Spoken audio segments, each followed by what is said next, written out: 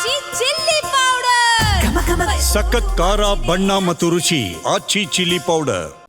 ಸರ್ಕಾರದಿಂದ ಕೋಗಿಲು ಅಕ್ರಮ ನಿವಾಸ ತೆರವು ಕೇಸ್ ವಿಚಾರಕ್ಕೆ ಸಂಬಂಧಪಟ್ಟಂತೆ ಕೋಗಿಲು ನಿವಾಸಿಗಳ ಸಂಪೂರ್ಣ ದಾಖಲೆಯನ್ನ ಪರಿಶೀಲಿಸಲಾಗಿದೆ. ದಾಖಲೆಯನ್ನ ಪರಿಶೀಲಿಸಿ ವರದಿಯನ್ನ ನೀಡುವಂತೆ ತಿಳಿಸಿದ್ರು ಡಿಸಿ. ಈಗಾಗಲೇ ದಾಖಲೆ ಸಂಪೂರ್ಣವಾಗಿ ಪರಿಶೀಲಿಸಲಾಗಿದೆ. ಸರ್ಕಾರದಿಂದ ಕೋಗಿಲು ಅಕ್ರಮ ನಿವಾಸ ತೆರವು ಕೇಸ್ ವಿಚಾರಕ್ಕೆ ಸಂಬಂಧಪಟ್ಟಂತೆ ಕೋಗಿಲು ನಿವಾಸಿಗಳ ಸಂಪೂರ್ಣ ದಾಖಲೆಯನ್ನ ಈಗಾಗಲೇ ಪರಿಶೀಲಿಸಲಾಗಿದೆ. ದಾಖಲೆಯನ್ನ ಪರಿಶೀಲಿಸಿ ವರದಿಯನ್ನ ನೀಡಬೇಕು ಅಂತ ಹೇಳಿ ಡಿಸಿ ತಿಳಿಸಲಾಗಿತ್ತು. 26 ಜನರ ದಾಖಲೆಯನ್ನ ಯಲಹಂಕ ಪೊಲೀಸರಿಂದ ಈಗಾಗಲೇ ಪರಿಶೀಲನೆಯನ್ನ ಮಾಡಲಾಗಿದೆ. ಅಂದ್ರೆ ಡಿಸಿ ಈಗಾಗಲೇ ಆರ್ಡರ್ ಮಾಡಿದ್ರು, ಹಾಗಾಗಿ ಪೊಲೀಸರು ಈಗಾಗಲೇ ದಾಖಲೆಯನ್ನ ಪರಿಶೀಲಿಸಿದ್ದಾರೆ. ಇನ್ನು ಏನು ಪರಿಶೀಲನೆಯನ್ನ ಮಾಡಿದ್ದಾರೆ ಅವರೆಲ್ಲರೂ ಕೂಡ ಇಲ್ಲಿನ ಸ್ಥಳೀಯರೇ ಅನ್ನುವ ಮಾಹಿತಿ ಇದೀಗ ದೃಢಪಟ್ಟಿರುವಂತದ್ದು. ಒಬ್ಬ ನಿವಾಸಿ ಮಾತ್ರ ಮುಂಬೈ ಮೂಲದವನು ಎನ್ನುವ ವರದಿ ಇದೀಗ ಲಭ್ಯವಾಗ್ತಾ ಇದೆ. ಇನ್ನು ಮಿಕ್ಕಿದ ಜನ ಏನಿದ್ರು ಅಂದ್ರೆ ಉಳಿದವರು ಏನಿದ್ರು ಅವರೆಲ್ಲ ಹೆಗ್ಡೆ ನಗರ ಕೋಗಿಲು ಸುತ್ತಮುತ್ತಲ ಜನ ವಾಸ ಮಾಡ್ತಾ ಇದ್ರು.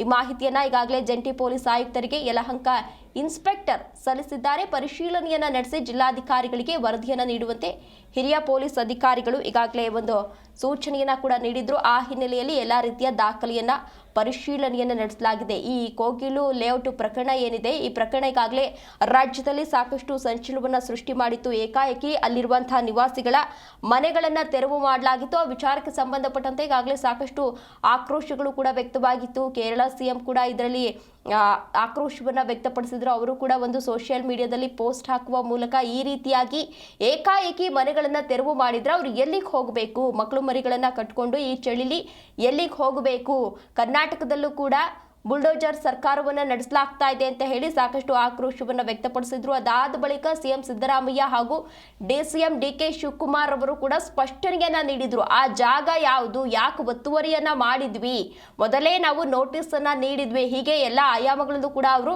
ಸ್ಪಷ್ಟನೆಯನ್ನ ನೀಡಲಾಗಿತ್ತು. ನಂತರ ಹೈಕಮಾಂಡ್ ಕೂಡ ಇದಕ್ಕೆ ಪ್ರವೇಶವನ್ನ ಮಾಡಿತ್ತು. ಅದಕ್ಕೆ ಬದಲಿ ವ್ಯವಸ್ಥೆಯನ್ನ ಮಾಡ್ತೀವಿ ಅಂತ ಹೇಳಿ ಸಿಎಂ ಸಿದ್ದರಾಮಯ್ಯವರು ಕೂಡ ಈಗಾಗಲೇ ಒಂದು ಭರವಸೆಯನ್ನ ನೀಡಿದ್ರು. ಅದಾದ ಬಳಿಕ ದಾಖಲೆ ಪರಿಶೀಲನೆಯನ್ನ ಕೂಡ ನಡೆಸಲಾಗಿದೆ. ಆ ಪರಿಶೀಲನೆಯಲ್ಲಿ ಎಲ್ಲರೂ ಕೂಡ ಇಲ್ಲಿಯವರೇ ಎಂಬುದು ದೃಢಪಟ್ಟಿದೆ. ಇದೇ ವಿಚಾರಕ್ಕೆ ಸಂಬಂಧಪಟ್ಟಂತೆ ಹೆಚ್ಚಿನ ಡೀಟೇಲ್ಸ್ ಅನ್ನ ನೀಡಿದ್ದಾರೆ ನಮ್ಮ ಪ್ರತಿನಿಧಿ ವಿಶ್ವನಾಥ್. ವಿಶ್ವನಾಥ್, ಸರ್ಕಾರದಿಂದ ಕೋಗಿಲು ಅಕ್ರಮ ನಿವಾಸ ತೆರವು ಕೇಸ್ ವಿಚಾರಕ್ಕೆ ಸಂಬಂಧಪಟ್ಟಂತೆ ಇದೀಗ ದಾಖಲೆಗಳ ಪರಿಶೀಲನೆ ನಡೆಸಲಾಗಿದೆ. ಯಾವ ರೀತಿ ಇತ್ತು ದಾಖಲೆ ಪರಿಶೀಲನೆ ಕಾರ್ಯ?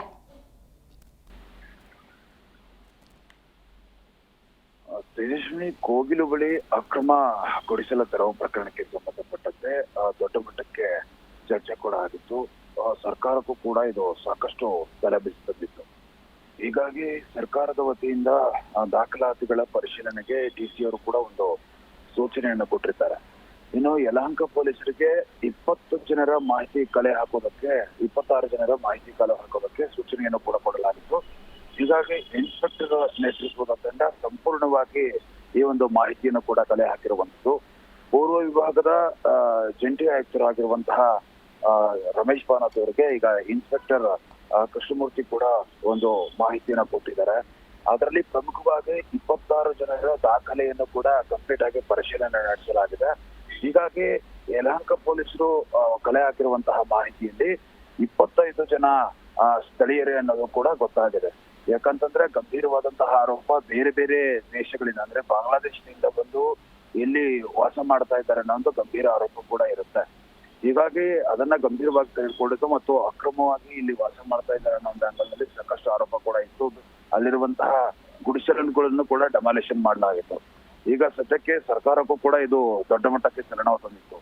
ಈಗ ಪೊಲೀಸರ ಮಾಹಿತಿಯ ಪ್ರಕಾರ 26 ಜನರ ಪೈಕಿ ಅಂದ್ರೆ 26 ಕುಟುಂಬಗಳ ಪೈಕಿ 25 ಜನರು ಸ್ಥಳೀಯರನ್ನೋದು ಕೂಡ ಗೊತ್ತಾಗ್ತಾ ಇದೆ ಮತ್ತು ಓರ್ವ ಮುಂಬೈ ಮೂಲದವರು ಅಂದ್ರೆ ಇಂಡಿಯನ್ ಸಿಟಿಸನ್ ಅನ್ನೋದೇ ಗೊತ್ತಾಗ್ತಾ ಇದೆ.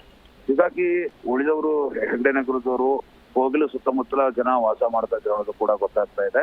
ಸದ್ಯಕ್ಕೆ ಪರಿಶೀಲನೆ ನಡೆಸಿ ಜಿಲ್ಲಾಧಿಕಾರಿಗೆ ವರದಿಯನ್ನು ಕೂಡ ಹಿರಿಯ ಪೊಲೀಸ್ ಅಧಿಕಾರಿಗಳು ಕೊಡೋರಿದ್ದಾರೆ. ಒಟ್ಟಾರೆಯಾಗಿ ಯಾವಾಗ ಕೋಗಿಲು ಗೇಟ್ ಬಳಿ ಡೆಮಾಲಿಷನ್ ಮಾಡುವಂತಹ ಕೆಲಸ ಆಗಿತ್ತು, ಆಗ ಸರ್ಕಾರ ಕೂಡ ಸಾಕಷ್ಟು ಟೀಕೆಯನ್ನ ಎದುರಿಸಿತ್ತು ಮತ್ತು ಪ್ರತಿಪಕ್ಷಗಳು ಕೂಡ ಮುಗಿಬಿದ್ದಿದ್ವು ಮತ್ತು ದೊಡ್ಡ ಮಟ್ಟಕ್ಕೂ ಕೂಡ ಇದು ಚರ್ಚೆಯಾಗಿತ್ತು.